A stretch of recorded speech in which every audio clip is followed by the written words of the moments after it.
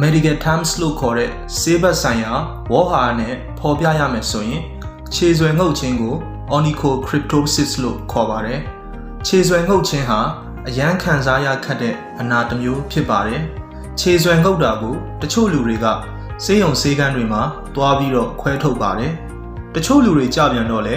ကိုယ့်အိမ်မှာပဲကိုယ့်ဘာသာကိုပြန်ပြီးတော့ကောင်းအောင်ကုတာတွေရှိပါတယ်။အခုကျွန်တော်ပြောပြပေးသွားမှာကတော့ကိုယ့်ဘာသာကိုခြေဆွဲဖော်ထုတ်နိုင်တဲ့နည်းလမ်းပဲဖြစ်ပါတယ်။အဲ့ဒီနည်းလမ်းကတော့နံပါတ်1ရေနွေးကိုစူအောင်ကြိုချက်ရပါမယ်။နံပါတ်2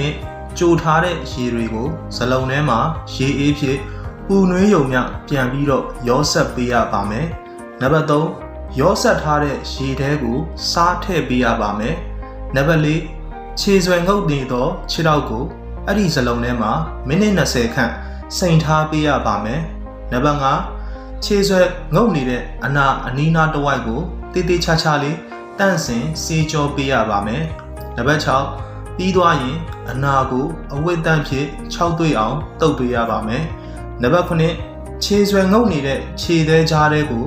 ဝါကွန်းစလေးကိုထိုးထည့်ပေးရပါမယ်။နံပါတ်10ပြီးသွားရင်အသားလေးကိုငုတ်ဝင်နေတဲ့ခြေဆွဲကို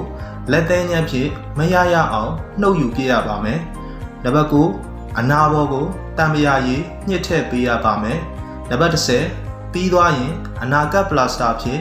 လေးလုံးအောင်စီးထားပေးရပါမယ်။နံပါတ်17အခုကျွန်တော်ပြောပြခဲ့တဲ့နီလန်အတိုင်းတိကျမှန်ကန်စွာလုပ်ပေးမယ်ဆိုရင်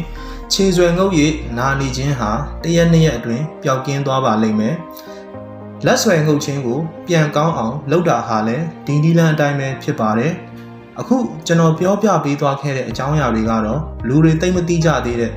ခြေဆွဲငုပ်ခြင်းရဲ့ထူးခြားစမ်းကြယ်တဲ့အချက်လက်တချို့ကိုကျွန်တော်ကိုယ်တိုင်လေ့လာတွေ့ရှိထားရသမျှလူကြီးများအားလုံးကိုတဆင့်ပြန်လည်ဝေမျှ၍ပြောပြပေးသွားခဲ့ခြင်းဖြစ်ပါတယ်။ဒီဗီဒီယိုကိုအစကနေပြီးဆုံးသည့်အထိကြည့်ရှုသွားခဲ့ကြတဲ့လူကြီးများကလည်းအခုပြောပြသွားခဲ့တဲ့အကြောင်းအရာတွေကိုကောင်းမွန်စွာနားလည်ပြီးတော့သဘောပေါက်ကြလိမ့်မယ်လို့ယုံကြည်ပါတယ်။ဒီဗီဒီယိုကတော့ဒီလောက်ပါပဲ။ဒီဗီဒီယိုကိုဒီနေရာမှာပဲရပ်နားပါမယ်။နောက်ထပ်လာမယ့်ဗီဒီယိုတွေမှာကျွန်တော်တို့ပြန်လည်ဆုံတွေ့ကြရအောင်ပါ။လူကြီးများနဲ့ကျွန်တော်မိတ်ဆွေများအားလုံးကိုစိတ်နှပြကျမ်းမာချမ်းသာကြပါစေ။